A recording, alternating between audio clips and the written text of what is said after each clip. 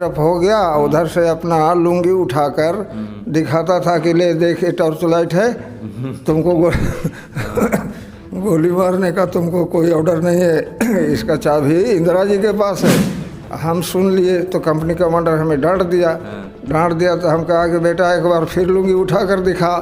जब फिर लुंगी उठाया तो SSG राइफल था हमारे पास, उससे हम गोली शूट किया, आड़कोशे के अंदर गोली लगा, उसका पेशाब वाला हिस्सा प्लस आड़ हाइड्रोसिल दोनों पीछे घाड़ के रास्ते निकल गया और मुंह से उसका यही आवाज़ आया, अल्लाह रे मेरे फिल्लो। भरा नहीं है भावों से जिसमें बहती रसधार नहीं, वो हृदय नहीं है पत्थर है जिसमें राष्ट्र के लिए प्यार नहीं।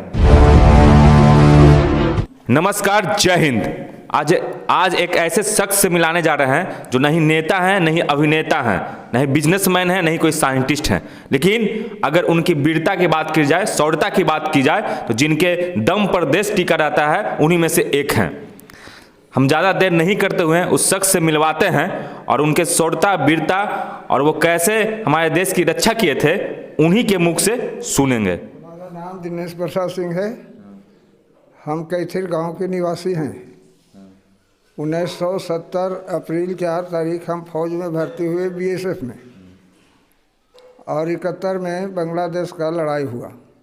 जिस लड़ाई के दौरान हम कुछ अपने करिश्मा के मुताबिक इंदिरा जी के टाइम पर, इंदिरा जी मरने के समय हम लोगों को कुछ अवार्ड के तौर पर देकर गए और यही कहें कि बेटे तुम लोग सावधान रहना, दुश्मन माथे पर है, इतना कह के जय हिंद कर गए।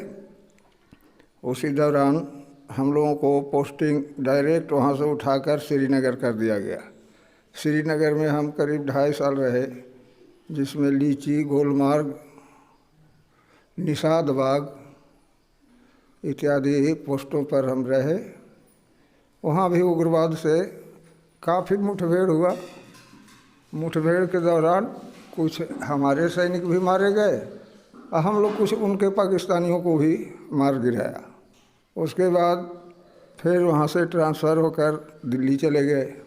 दिल्ली 5-6 महीने रहने के बाद हम वॉलंटियर रिटायरमेंट अपने घर के तकलीफ़ के कारण एक ही बच्चा था, वो कालाजार से पीड़ित था, उसी के देख रेख के लिए PV नरसिंहा राव जी के सैनिक सम्मेलन में उठकर हम खड़ा हुए और वो हमारा रिटायरमेंट को मंजूर किए कि दुनिया नौकरी के लिए सिर फोड़ रहा है, लड़का घर जाने के लिए तबाह है, आखिर इसको घर में कोई तकलीफ़ है बीवी वाले बच्चे को, तभी जाना चाहता है, इसको जो भी हक बनता है देकर घर भेज दिया जाए।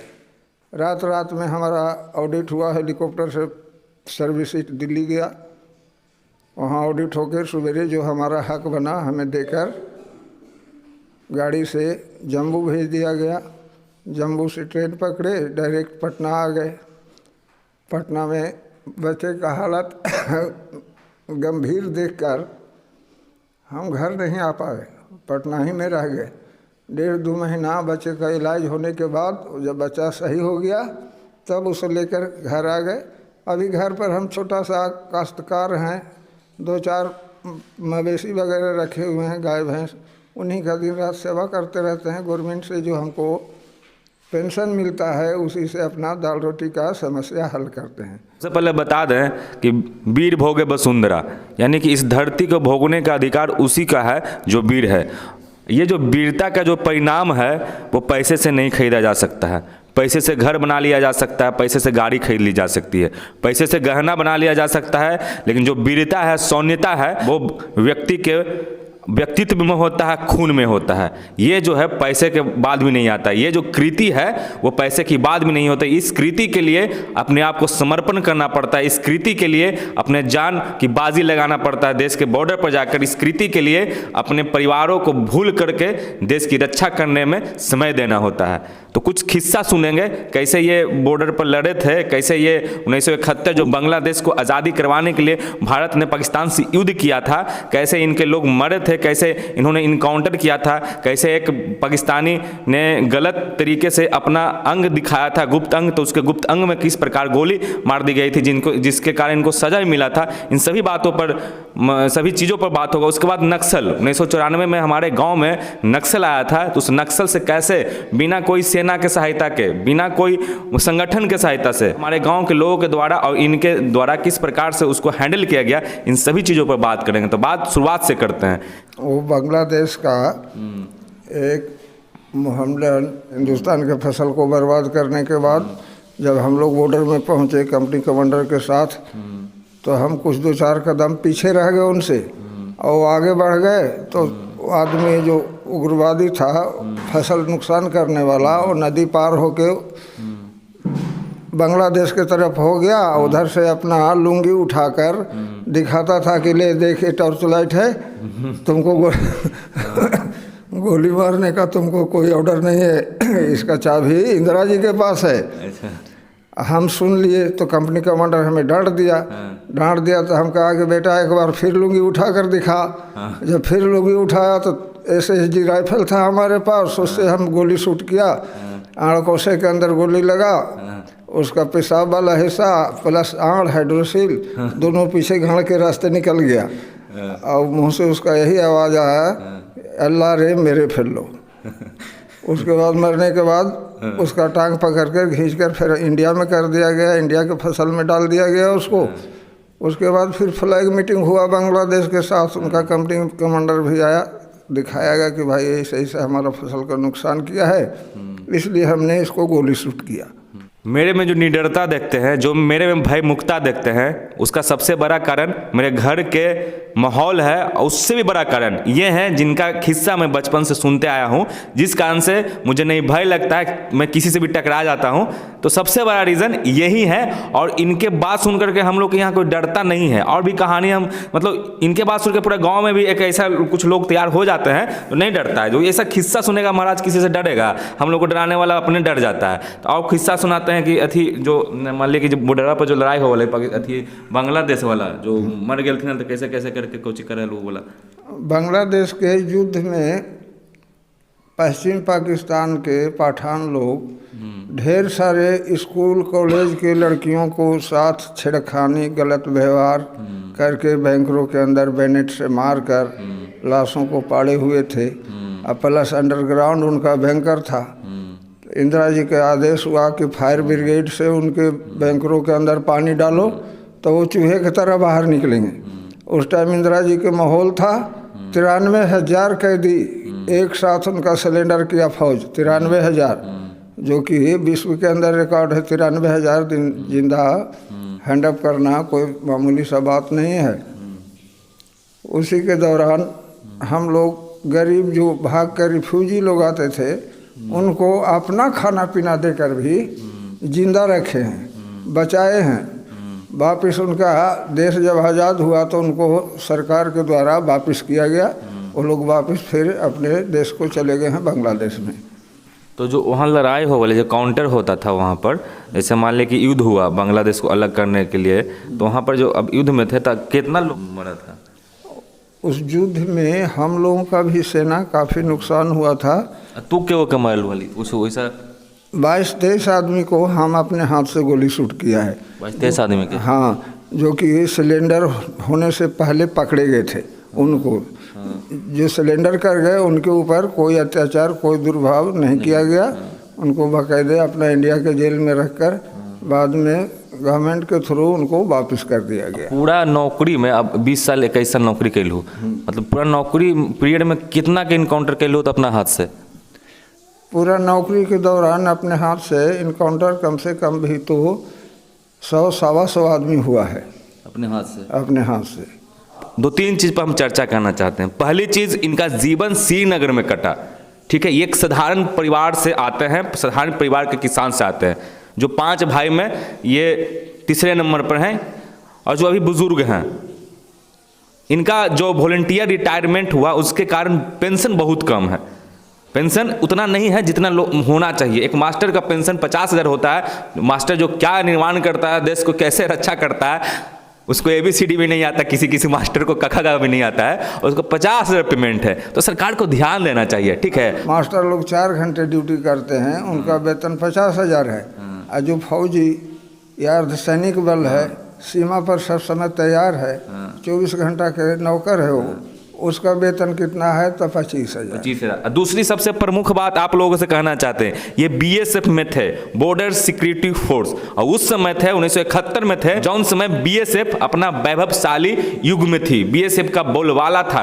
अभी थोड़ा सा डाउन है। और दूसरी बात, ये लोग पारा मिलिट्री में आते हैं, यानी कि आर्मी का जो सुविधा मिलता है वो भी नहीं मिलता है। लेकिन तकलीफ कितना हुआ होगा इनको, जो समझ में आया होंगे, जो अपने जीवन काल में 20 साल में कम से कम 100-150 आदमी को शूट किए होंगे, तो मरने का खतरा, वीर गति को प्राप्त करने का खतरा कितना हुआ होगा, जो आप सोच सकते हैं। ये जो अवार्ड है ना महाराज, ये कितना भी कुछ भी गवा करके, कितना भी पढ़ाई कर करके नहीं ला सकते। यह तभी आ सकती है जब आपके शरीर में वीरता का ब्लड, वीरता का लहू बहता हो। और इनका बारे में कहा जाता है, ये सिर्फ मैं नहीं कहता हूँ, इनका जवार कहता है, गांव के लोग कहते हैं, फोर्स में जो इनके साथी गण थे वो कहते हैं, इनका निशाना ऐसा अचूक था कि एक छोटा से चिड़िया पर भी निशाना करते थे, और चाहते थे कि एक छोटा सा गौरैया चिड़िया होता है, छोटा सा होता है, उसका चाहते थे कि आँख पर निशाना मारे तो आँख पर मार देते थे। तो उस विषय पर मतलब बताना चाहते हैं कि मतलब किस्सा जो ये सब है सही है। हाँ, हमारे घर में एक अमरूद का पेड़ था, उस पर तोते लोग आकर डेली अमरूद खाया करते थे। तो हमारा एक पोता था, वो कहे कि बाबा हम ही तोते को पालेंगे। हम कह रहे बाबू, जब मार के हम उसको गिरा देंगे, मर जाएगा तो कैसे पलाएगा? तो ना ऐसा मारिए कि वो जिंदा रह जाए। हमारे वो तोता के लग गया आँख के अंदर, आँख निकल कर बाहर चला गया। वो तोता जिंदा रहा तो 2-4 दिन के बाद वो अपने ही देह को नोचना शुरू कर दिया, कारण कि वो जंगली पक्षी है, पालतू तो है नहीं। फिर उस बच्चे के कहने पर उसको भगा दिया गया कि भगा दो भाई। एक पंडित जी महाराज आ गए हमारे पास, तो एक पपीते के पेड़ पर 2 महीना बैठा हुआ था। हमारे हाथ में न कोई गोली न बंदूक, क्या था तो जो राठौर लोग रखता है गुलेला, वो गुलेला था। वो पंडित जी हम पर चैलेंज कर दें कि आप इस महीने को मार दीजिएगा। हम कहा किसको मारना है, दाहिने वाले को कि बाएं वाले को? तो कहें दाहिने वाला को मारिए। हम कहा ठीक है, मर गया, मार दिए, गिर गया महीना। तो दूसरा महीना उसको देख रहा था, उसी जगह से बैठ कर च्यों च्यों कर रहा था। कहीं कि तो एक को मारिए दिए तो उसका जोड़ा काहे के लिए रहेगा, उसको मार के दिखाइए। उसको भी मार दिए। बाद में पंडित जी ताली पीटने लगे कि भाई हम तो ऐसा नहीं समझते थे कि आप इतना तीरंदाज हैं, इसको मार दीजिएगा। हम कहा बिल्कुल मार देंगे। कुछ दिन के बाद आईपीएफ बोलकर एक पार्टी जो कि गवर्नमेंट और पब्लिक दोनों के बरखिलाफ़ काम करता था, हमारे गांव में आम सभा करके, हमारे गांव से आधा किलोमीटर दूर पर एक बरगद का पेड़ था, वहाँ मीटिंग करके किसानों के बरखिलाफ़ गाना गाना, माइक लगा के गाली बकना, ईसो फलान ढकान करना, किसी की ज़मीन में झंडा गाड़ देना। तो एक व्यक्ति माइक पकड़कर गाना गा रहा था किसानों के बरखिलाफ़। लोग कहें कि माइक वाले को मार देंगे। हम कहा बिल्कुल मार देंगे। तो गांव के ही एक छत था, उस छत के ऊपर हमारे पास राइफल था 30-06 बोल्ट। उस राइफल से शूट किया वो आदमी माइक लेकर साथ साथ ज़मीन में धराशाह हो गया। मरने के बाद और भी फायर होना शुरू हो गया। वहाँ पुलिस, एसपी, डीएसपी सब जुट गए। जब उसका फायरिंग का निशाना देखे तो कहें भाई इनके हथियार के जवाब के लायक हमारे पास हथियार नहीं है, हम पुलिस है, चलो यहाँ से हट जाओ, कल इस गाँव के ऊपर छापामारी होगा और जो ऐसा किया है उनको अरेस्ट किया जाएगा। ठीक है जी, वो लोग हट गए, चले गए सब पुलिस वाले भी। उसके बावजूद भी बहुत फायर हुआ, दाहिने बाएं सब जगह से किसानों ने फायर करना शुरू कर दिया। तो आईपीएफ वाले करीब 6-7 मारे गए। उनको रात रात ही उनका पार्टी पत्थर बांध के धोबा नदी में डाल दिया। उस दिन से वो पार्टी तितर बितर हो गया कि जिंदा में सब इधर मीटिंग उधर झंडा करता है, और जब मर गया तो कोई उसका एक्शन लेने वाला नहीं, सब लाश को नदी में डाल दिया गया।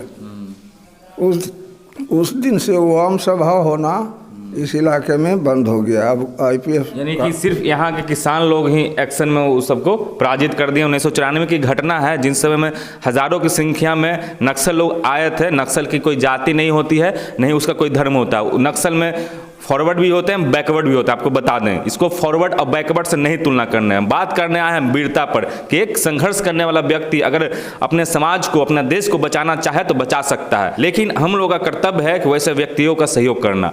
और बहुत सारे किस्से हैं इनके। होता है कि जैसे फोर्स में 100 गो पुलिस है या 100 गो फोर्स में सैनिक है, तो उसमें आपको निशाना में जो होता है ना, कितना ये पर थे, 10वां, पहला, दूसरा जो हो गए, उसमें कितना पर थे? हर जगह फायरिंग कंपटीशन में हमारा रिवार्ड है, हर एक जगह हमारे वीरता का सर्टिफिकेट है। तो फायरिंग में हमेशा ईस्ट फ्रंट से हम फर्स्ट रहे, कभी सेकंड पोजीशन नहीं आया हमारा। इनके बारे में गांव में ऐसा कहा जाता है कि 2 किलोमीटर दूर से भी किसी को का भी सर में निशाना लगा सकते हैं। इनके बारे में ऐसा भी कहा जाता था पहले, अब तो बूढ़े हो चुके हैं, अगर ये गांव में रहते थे तो कोई भी नक्सली हिम्मत नहीं करता था ये गांव में अटैक करने का। वो हम भी हैं, जब से हम होश संभाले देख रहे हैं कि बहुत कम ही लोग, मतलब उसके बाद हुआ ही नहीं, नक्सल आया ही नहीं 94 के बाद। उसमें यहाँ के गांव के लोगों की भूमिका अहम थी। बस गांव में हम ये चाहते हैं कि आपस में लड़ाइयाँ ना हो, आपस में मतभेद ना हो। अगर आपस में लड़ाइयाँ मतभेद नहीं होगी तो ये गांव बहुत ही समृद्ध बनेगा। और जैसे सलाह, जैसे हम पूछना चाहिए कि मतलब आज के लड़कन सब फोर्स में जा है, तो इस टाइप के चीज़ कहाँ ना कर पावे, उस टाइप के ना निशाना हो पावा है ना, उतना वो लड़ चाहे, वो चाहे कि एगो साइड में एगो पोस्ट ले लें, मतलब सिक्योर हो जाए, मेरा लाइफ सिक्योर रहेगा, पैसा आते रहे, ये सब ना करना चाहिए। का है आजकल के ट्रेनिंग ही कुछ ढीला हो गया है। हम लोग ट्रेनिंग किए थे 13 महीना। 13 महीना ट्रेनिंग करने के बाद हम लोगों को पासिंग आउट परेड हुआ। उसके दौरान कई बार टारगेटों पर फायर करा के देखा जाता था। जरी सा एम मिस करता था तो जो हम लोगों को कमांडर थे, कंपनी कमांडर थे, बजरी के ऊपर हाथ पिटवाते थे। उस टाइम पर हम लोगों के समय पर 303 राइफल था, उसका आउटर बैंड पर सिक्का रख दिया जाता था। टाइगर दबाने के बाद यदि वो सिक्का गिर गया तो काफ़ी सज़ा के हकदार बनते थे। इन वजहों से, इन कड़ाइयों की वजह से हम लोगों का एम जो था बरकरार था। एम आज भी हमारा बरकरार है, लेकिन मैं अपनी आँखों से लाचार हो चुका हूँ। उम्र कितना हो तो? उम्र हमारा हो गया 68। 68 वर्षों की उम्र में भी एम बरकरार है। तो आप सोच सकते हैं जब ये 20 साल के होंगे तो एम कैसा होगा। आप सोच सकते हैं कि जब ये 20 साल के होंगे तो इनके पोस्ट पर दुश्मन कैसे थरथराते होंगे। आपको कहानी सुना दी है ये, और भी बहुत सारा कहानी है जो नहीं बताया है, किस प्रकार जैसे एक पाकिस्तानी जो दिखा रहा था उसको मार दिए, और भी इस तरीके के बहुत चीज़ है पाकिस्तानियों के लिए। जो पाकिस्तानी आकर के वहाँ पर जो पत्थरबाजी करते थे तो एक बार में इन्होंने इतना का इनकाउंटर कर दिया था कि लाइन हाजिर हो गए थे। वो सब चीज़ नहीं बताया जा सकता है। पत्थरबाजी कर रहे थे फोर्स पर, तो उस समय 1971, 72, 74 कब के बात है जो पत्थरबाजी वाला? पत्थरबाजी हुआ था श्रीनगर में। वो कमांडेंट के साथ हम बॉडीगार्ड में थे और हमारा हथियार का बैरल बाहर निकला हुआ था, बाहर की तरफ, दुश्मनों की तरफ। काफ़ी उनके उग्रवादियों के जुलूस था, उनके साथ पब्लिक भी थे। वो लोग गले में अंगीठी टांग कर रखते हैं। हमारे गाड़ी पर वो जलता हुआ अंगीठी फेंक दिया और गलती से हमारा गन के टाइगर दब गया तो 3-4 आदमी धराशाह हो गए उस मीटिंग के अंदर ही। समझ जाइए, गलती से टाइगर दब जाने से 3-4 आदमी धराशाह हो जाते थे। तो मैं इतना ही बोल के अंत करना चाहता हूँ कि हम लोग वीरता के लिए जाने जाते हैं, हम लोग समाज की रक्षा के लिए जाने जाते हैं, हम लोग देश की रक्षा के लिए जाने जाते हैं, अभी भी करना चाहते हैं। लेकिन सामाजिक अगर सहयोग मिलेगा, आर्थिक से लेकर के मेंटली तक, मेंटली सबसे इम्पोर्टेंट है, मानसिक सहयोग सबसे इम्पोर्टेंट है, मिलेगा तो। और जो लोग पैसे के पीछे भागते हैं, जो लोग मान सम्मान के पीछे भागते हैं, तो आप यह तय कर लीजिए कि अगर यह व्यक्ति चाहते तो इस चीज़ को प्रमोट करके, इसको लोगों के बीच में बता करके, अपने समाज में रख करके कितना आगे जा सकते थे, पहला चीज़। दूसरा चीज़, वो इन्होंने किया, उस चीज़ को कभी भी इस तरीके से नहीं दिखाया कि मैंने ये कर दिया। आज के डेट में तो कोई व्यक्ति अगर जैसे मैं ही छोटा सा केस में अगर जेल चल जाऊँ समाज के लिए, तो उसको बहुत ज़्यादा एजेंडा बना देता हूँ कि मैं जेल चला गया, मतलब एक तरीके से नेतागिरी करने लगता हूँ, मैं अपने पर ही लेता हूँ। लेकिन सोचिए जिन्होंने इतना किया, कभी उस चीज़ को दर्शाया नहीं, कभी भी एहसास किसी को नहीं होने दिया कि मैं ये सब चीज़ करके बैठे हुए हैं। एक आम आदमी अगर इतना करेगा तो सोचिए वो क्या करेगा। अंत में इतना ही कहना चाहता हूँ, जो भरा नहीं है भावों से जिसमें बहती रसधार नहीं, वो हृदय नहीं है पत्थर है, जिसमें राष्ट्र के लिए प्यार नहीं। जय हिंद, भारत माता की जय, वंदे मातरम।